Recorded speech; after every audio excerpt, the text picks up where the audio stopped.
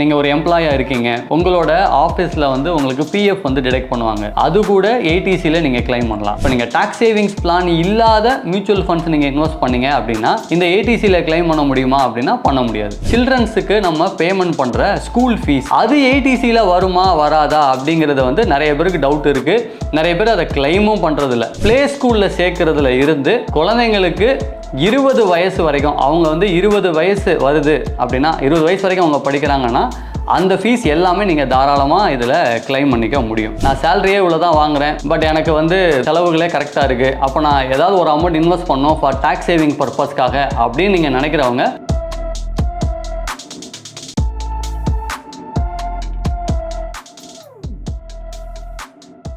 Wealth cafe Tamil நேயர்கள் அனைவருக்கும் வணக்கம். என்னோட பேர் மணிமாறன் கதிரேசன். நான் சார்ட்டர்ட் அக்கௌண்டண்டாக இருக்கேன். நம்ம ரெகுலராக இன்கம் டேக்ஸ் பற்றி நிறையா சீரீஸ் வந்து பார்த்துட்ருக்கோம். இப்போது அதோட தொடர்ச்சியாக இன்றைக்கி நம்ம என்ன பார்க்க போகிறோம் அப்படின்னா செக்ஷன் 80C. அதாவது 80C அப்படிங்கிறது என்ன அப்படின்னு பார்த்தீங்கன்னா நம்மளோட இன்கம் டேக்ஸில் என்னென்ன சேவிங்ஸ் இருக்குது, அந்த சேவிங்ஸ் மூலமாக நம்ம டேக்ஸை எப்படி சேவ் பண்ணலாம் அப்படிங்கிறது தான் இந்த 80C செக்ஷன்ஸ் வந்து நமக்கு சொல்லிக் கொடுக்குது. இந்த 80Cயில் என்னென்னலாம் வரும் அப்படின்னு பார்த்தீங்கன்னா எல்லாருக்கும் தெரியும் 80Cனா உடனே இன்சூரன்ஸ் அப்படின்னு நம்ம வேகமாக அதில் தான் இன்வெஸ்ட் பண்ண ஆரம்பிப்போம். இந்த இன்சூரன்ஸ் மட்டும்தான் இது உள்ள இருக்கா, இல்லை இதை தாண்டி நிறையா நம்ம வந்து சேவிங் ஸ்கீம் வந்து உண்டா அப்படின்னு பார்த்தீங்கன்னா நிறையவே இருக்குது. இப்போது நீங்கள் ஒரு எம்ப்ளாயாக இருக்கீங்க, உங்களோட ஆஃபீஸில் வந்து உங்களுக்கு பிஎஃப் வந்து டிடெக்ட் பண்ணுவாங்க. அது கூட ஏடிசியில் நீங்கள் கிளைம் பண்ணலாம். ஸோ அதை இபிஎஃப் அப்படின்னு சொல்லுவாங்க. இல்லை நான் வந்து எம்ப்ளாயி கிடையாது, பட் நான் ஒரு கம்பெனி வச்சு ரன் பண்ணுறேன், ஸோ எனக்கு வந்து ஃப்யூச்சருக்கு பணம் தேவை. அப்போது அந்த மாதிரி சுச்சுவேஷனில் என்ன பண்ணுவாங்கன்னா பப்ளிக் ப்ராவிடென்ட் ஃபண்ட் அப்படின்னு ஒரு ஸ்கீம் இருக்குது. நிறைய பேர் அது யூஸ் பண்ணுறாங்களான்னு தெரியல. பட் பொதுவாக பார்த்தீங்கன்னா அந்த பப்ளிக் ப்ராவிடென்ட் ஃபண்டுங்கிறது இந்த மாதிரி பிஸ்னஸ் ஓனர்ஸ் அவங்களோட ஃபண்டை இயர்லியோ இல்லை மந்த்லியோ அந்த அக்கௌண்ட்டில் டெபாசிட் பண்ணாங்கன்னா அவங்க ஃப்யூச்சரில் யூஸ் பண்ணிக்கலாம். ஸோ இதுவும் கிட்டத்தட்ட ப்ராவிடென்ட் ஃபண்ட் அக்கௌண்ட் தான், but not for employees, any one. So யார் வேணாலும் அந்த அக்கௌண்ட்டில் வந்து நீங்கள் டெபாசிட்ஸ் பண்ணி அந்த அக்கௌண்ட்டை யூஸ் பண்ணிக்க முடியும். ஸோ இதுக்குமே ஏடிசியில் நீங்கள் என்ன பண்ணலான்னா எக்ஸம்ஷனுக்கு கிளைம் பண்ண முடியும். ஆனால் நிறைய பேர் யார் பிபிஎஃப் வச்சுருக்காங்க அப்படின்னு கேட்டிங்கன்னா ஒரு 100க்கு 10 பேர் கூட வந்திருக்க மாட்டாங்க. யூஸ்வலாக அதை பற்றி தெரியறதும் இல்லை. ரைட், இது மட்டும் தானா அப்படின்னு பார்த்தீங்கன்னா இல்லை. இப்போ நீங்கள் மியூச்சுவல் ஃபண்ட்ஸில் இன்வெஸ்ட் பண்ணுறீங்க, அதில் டாக்ஸ் சேவிங்ஸ் பிளான்னு சொல்லுவாங்க. இப்போ நீங்கள் டாக்ஸ் சேவிங்ஸ் பிளான் இல்லாத மியூச்சுவல் ஃபண்ட்ஸ் நீங்கள் இன்வெஸ்ட் பண்ணீங்க அப்படின்னா இந்த ஏடிசியில் கிளைம் பண்ண முடியுமா அப்படின்னா பண்ண முடியாது. இந்த டாக்ஸ் சேவிங்ஸ் பிளான் அப்படிங்கிறது வந்து பார்த்தீங்கன்னா உங்களுக்கு லாக்இன் பீரியட் இருக்கும், ஒரு 5 years அப்படின்னு சொல்லி. அந்த பீரியடு இருந்தால் மட்டும்தான் உங்களால் இதில் எக்ஸம்ஷன் வந்து கிளைம் பண்ண முடியும். சரி, இதோட முடிஞ்சிடுச்சா? இல்லை, நம்ம ஹவுசிங் லோன் வாங்குகிறோம், அதில் வந்து என்ன பண்ணுறோன்னா பிரின்சிபல் பேமெண்ட்னு சொல்லுவோம். பிரின்சிபல்னால் இப்போ இஎம்ஐ கட்டுவோம். இஎம்ஐயில் வந்து 2ஆக பிரிப்பாங்க. ஒன்று வந்து இன்ட்ரெஸ்ட் அமௌண்ட்டு, இன்னொன்று வந்து பிரின்சிபல் அமௌண்ட். இந்த இன்ட்ரெஸ்ட் அமௌண்ட் வந்து தனியாக நம்ம கிளைம் பண்ணுவோம். அதாவது ஹவுஸ் ப்ராப்பர்ட்டி அப்படிங்கிற ஹெட்டில் தனியாக ஒரு 1,50,000 வந்து 2 lakhs வரைக்கும் நம்ம கிளைம் பண்ணுவோம். இந்த கேட்டகரி வந்து ரீபேமெண்ட் ஆஃப் லோன். இந்த ரீபேமெண்ட் ஆஃப் லோனில் பிரின்சிபல் போர்ஷன் மட்டும் ஏடிசியில் வரும். ஸோ இந்த மாதிரியான டிடக்ஷன்ஸ்லாம் வரும்போது நிறைய பேர் மெஜாரிட்டி அப்படின்னு பார்த்தீங்கன்னா இந்த சில்ட்ரன்ஸுக்கு நம்ம பேமெண்ட் பண்ணுற ஸ்கூல் ஃபீஸ் அது ஏடிசியில் வருமா வராதா அப்படிங்கிறது வந்து நிறைய பேருக்கு டவுட் இருக்குது. நிறைய பேர் அதை கிளைமும் பண்ணுறதில்ல. இப்போ பொதுவாக நம்ம ஆடிட்டர் ஆஃபீஸ் போவோம், அவங்க எனக்கு இன்கம் டேக்ஸ் ஃபைல் பண்ண சொல்லி கொடுத்துட்டு வரும்போது நிறைய பேர் கொடுக்குறது என்னென்னு பார்த்தீங்கன்னா எல்ஐசி கட்டினதும் இந்த மாதிரி மியூச்சுவல் ஃபண்ட்ஸ் அவங்க டாக்ஸ் சேவிங்ஸ்னு சொல்லியிருப்பாங்க, அதனால் அதை மட்டும் கொடுத்துட்டு வருவாங்க. குழந்தைங்களுக்கு ஸ்கூல் ஃபீஸ் கட்டினதை நம்ம இது வரைக்கும் அந்த கணக்கில் காமிக்கிறோமா அப்படின்னு பார்த்தீங்கன்னா அது மூலமாக சேவிங்ஸ் நமக்கு கிடைக்குதா அப்படின்னு பார்த்தீங்கன்னா நிறைய பேர் கொடுக்கறதில்ல. ஃபர்ஸ்ட் ஆஃப் ஆல் அதை பற்றி அவங்களுக்கு தெரியறதும் இல்லை. ஸோ அதை தான் நம்ம வந்து இன்னைக்கு நம்ம டீட்டெயிலாக பார்க்க போகிறோம். இந்த ஸ்கூல் ஃபீஸ் அப்படின்னு பார்த்தீங்கன்னா 2 குழந்தைங்களுக்கு நம்ம கட்டுற ஸ்கூல் ஃபீஸ் வந்து அலோவ் பண்ணுறாங்க இன்கம் டேக்ஸ் ப்ரொவிஷனில்.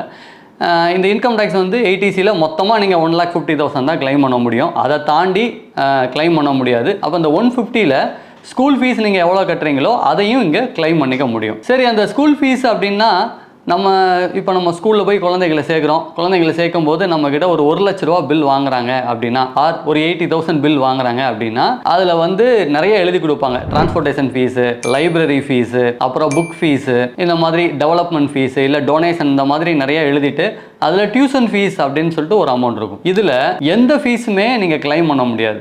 டியூஷன் ஃபீஸ் மட்டும்தான் நீங்கள் கிளைம் பண்ண முடியும். அப்போது நீங்கள் அவங்க கொடுக்கக்கூட ரிசிப்டில் டியூஷன் ஃபீஸ் எவ்வளோ இருக்குது அப்படிங்கிறத நீங்கள் ஐடென்டிஃபை பண்ணி ஆகணும்.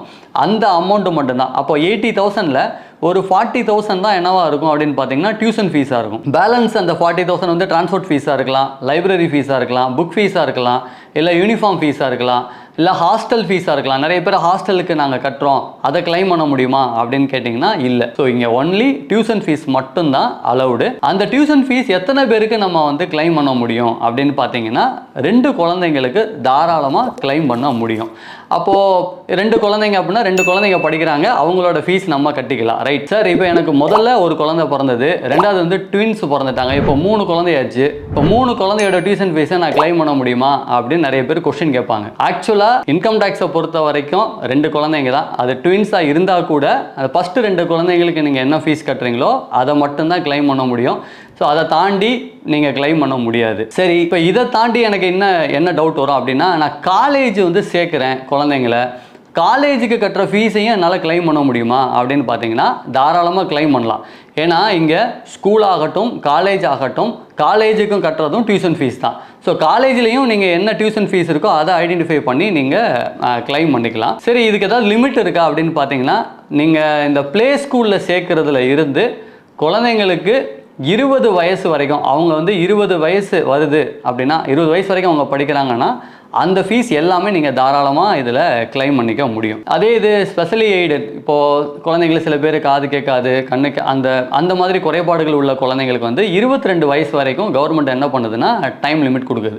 அப்போ அவங்க 22 வயசு வரைக்கும் அவங்களுக்கு கட்டக்கூடிய ஸ்கூல் ஃபீஸ் வந்து நம்ம என்ன பண்ணலான்னா தாராளமாக கிளைம் பண்ணிக்க முடியும். ஸோ இந்த ஸ்கூல் ஃபீஸ்லேயே நமக்கு இவ்வளோ டேக்ஸ் சேவிங்ஸ் இருக்குது. இந்த டேக்ஸ் சேவிங்ஸு எவ்வளோ வருதுங்கிறத பார்த்துட்டு பேலன்ஸ் அமௌண்ட்டை நீங்கள் என்ன பண்ணலான்னா இன்சூரன்ஸ்லையோ இல்லை மியூச்சுவல் ஃபண்ட்ஸ்லையோ நீங்கள் என்ன பண்ணலான்னா இன்வெஸ்ட் பண்ணலாம். இல்லை எனக்கு நிறையா வருமானம் இருக்குது, அதனால் நான் இன்வெஸ்ட்மெண்ட் நிறையா பண்ணணும்னு நினச்சிங்கன்னா தாராளமாக பண்ணலாம். பட் நிறைய பேரோட கன்சர்ன் என்னென்னா, நான் சேலரியே இவ்வளோ தான் வாங்குகிறேன், பட் எனக்கு வந்து செலவுகளே கரெக்டாக இருக்குது, அப்போ நான் ஏதாவது ஒரு அமௌண்ட் இன்வெஸ்ட் பண்ணணும் ஃபார் டேக்ஸ் சேவிங் பர்பஸ்க்காக அப்படின்னு நீங்கள் நினைக்கிறவங்க முதல்ல உங்கள் குழந்தைங்களுக்கு கட்டுற ஸ்கூல் ஃபீஸ் எவ்வளோ கட்டுறீங்கிறத ஐடென்டிஃபை பண்ணுங்கள். அந்த ஸ்கூல் ஃபீஸ் ஐடென்டிஃபை பண்ணிவிட்டு எவ்வளோ டோட்டலாக இந்த ஒரு வருஷத்துக்கு நம்ம கட்டுறோம் அப்படிங்கிறத எடுத்துகிட்டு பேலன்ஸ் அமௌண்ட்டு நம்ம இன்சூரன்ஸில் போடணுமா இல்லை பிபிஎஃப்பில் போடணுமா அப்படிங்கிறத நீங்கள் தாராளமாக வந்து டேக்ஸ் சேவிங்ஸ் பிளான் பண்ண முடியும். பட் இந்த பாட்டை மட்டும் தயவுசெய்து என்ன பண்ணிடாதீங்கன்னா விட்டுறாதீங்க. இன்னும் சில டவுட்ஸ் வரும். என்னென்னா, சார் நான் இந்த வருஷம் ஸ்கூல் ஃபீஸ் வந்து கட்டவே இல்லைன்னா நான் இந்த ஸ்கூல் ஃபீஸ் வந்து நிறைய பேர் அட்வான்ஸாக கட்டுவாங்க. இப்போ நிறைய ஸ்கூலில் வந்து பார்த்தீங்கன்னா 3 வருஷத்தோட ஸ்கூல் ஃபீஸ் அட்வான்ஸாக கட்டுங்க, நாங்கள் உங்களுக்கு ஒரு டிடக்ஷன்ஸ் தரோம் அப்படிங்கிற மாதிரிலாம் ஸ்கூலில் சில பேர் பண்ணுறாங்க. சில பேர் என்ன பண்ணுறாங்கன்னா அரியர் வச்சுருப்பாங்க, இந்த வருஷம் ஸ்கூல் ஃபீஸே கட்டாமல் இருப்பாங்க. எந்த அமௌண்ட்டை நான் கிளைம் பண்ண முடியும்? நீங்கள் இந்த வருஷத்துக்கு என்ன ஸ்கூல் ஃபீஸ் கட்டியிருக்கீங்களோ அதை தான் கிளைம் பண்ண முடியும். அப்போது இந்த வருஷத்துக்கான ஸ்கூல் ஃபீஸ் எவ்வளோங்கிறத நீங்கள் ஐடென்டிஃபை பண்ணோம். நான் அட்வான்ஸாக கட்டினா கூட இந்த 3 வருஷத்துக்கு கட்டியிருக்கீங்க அப்படின்னா 3 வருஷம் டிவைட் பை 3 போட்டுட்டு கரண்ட் இயருக்கு என்ன இருக்கோ அதை மட்டும்தான் நீங்கள் கிளைம் பண்ண முடியுமே தவிர ஃப்யூச்சராக கட்டினது வந்து கிளைம் பண்ண முடியாது. அதான் நெக்ஸ்ட் இயருக்கு நீங்கள் வந்து கிளைம் பண்ணிக்கலாம். அண்ட் இது மட்டும் இல்லாமல் இப்போ நம்ம டியூஷன் ஃபீஸ் வந்து எப்படி கட்டுவோம் அப்படின்னு பார்த்தீங்கன்னா, நிறைய பேர் டேர்ம் 1, டேர்ம் 2, டேர்ம் 3, சில ஸ்கூல்ஸில் வந்து டேர்ம் 3 வரைக்குமே அலோவ் பண்ணுறாங்க. அப்போ டேர்ம் 1 ஃபீஸ் கட்டும்போது அவங்க நமக்கு ரிசிப்ட் தருவாங்க. சரி, ஆக்சுவலாக அந்த ரிசிப்டை நம்ம ரெகுலராக வாங்கி நம்ம வந்து அதை வச்சுக்கணும். என்ன காரணத்துக்காக அப்படின்னு பார்த்தீங்கன்னா, இப்போ நான் சொன்னேன் இல்லையா டியூஷன் ஃபீஸ் அதில் எவ்வளவு, அப்போ ஒரு டேர்ம் ஃபீஸ் நம்ம கட்டுறோம் அப்படின்னா அந்த டேர்ம் ஃபீஸில் வந்து டியூஷன் ஃபீஸ் எவ்வளோங்கிறத நீங்கள் ஐடென்டிஃபை பண்ணி நீங்கள் ஃபைலிங் பண்ணும்போது உங்கள் ஆடிட்டர்கிட்ட இத்தனை டேர்ம் நான் கட்டியிருக்கேன் அப்படிங்கிறத நீங்கள் கொடுத்துட்டிங்கன்னா அவங்க அதை பேஸ் பண்ணி டிடக்ஷன்ஸ் வந்து கிளைம் பண்ணுவாங்க.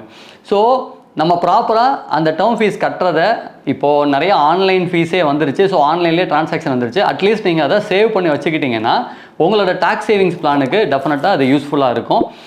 ஸோ இப்போ நம்ம பார்த்தது வந்து ஏடிசியில் நிறையா நம்ம இந்த எஜுகேஷன் சம்மந்தப்பட்டது மட்டும்தான் பார்த்தோம். இது மாதிரி நிறையா இருக்குது. இதில் ஏதாவது உங்களுக்கு ஃபர்தராக டவுட் இருக்குது அப்படின்னா நீங்கள் கமெண்ட் பண்ணுங்கள். டேக்ஸ் ரிலேட்டடாக இன்னும் பல வீடியோக்களை உங்களை நான் சந்திக்கிறேன். நன்றி, வணக்கம். இந்த வீடியோ உங்களுக்கு பிடிச்சிருந்தா லைக் பண்ணுங்க, ஷேர் பண்ணுங்க, கமெண்ட் பண்ணுங்க. மறக்காம வெல்த் கஃபே தமிழ் சேனலை சப்ஸ்கிரைப் பண்ணிட்டு பெல் பட்டனை கிளிக் பண்ணுங்க.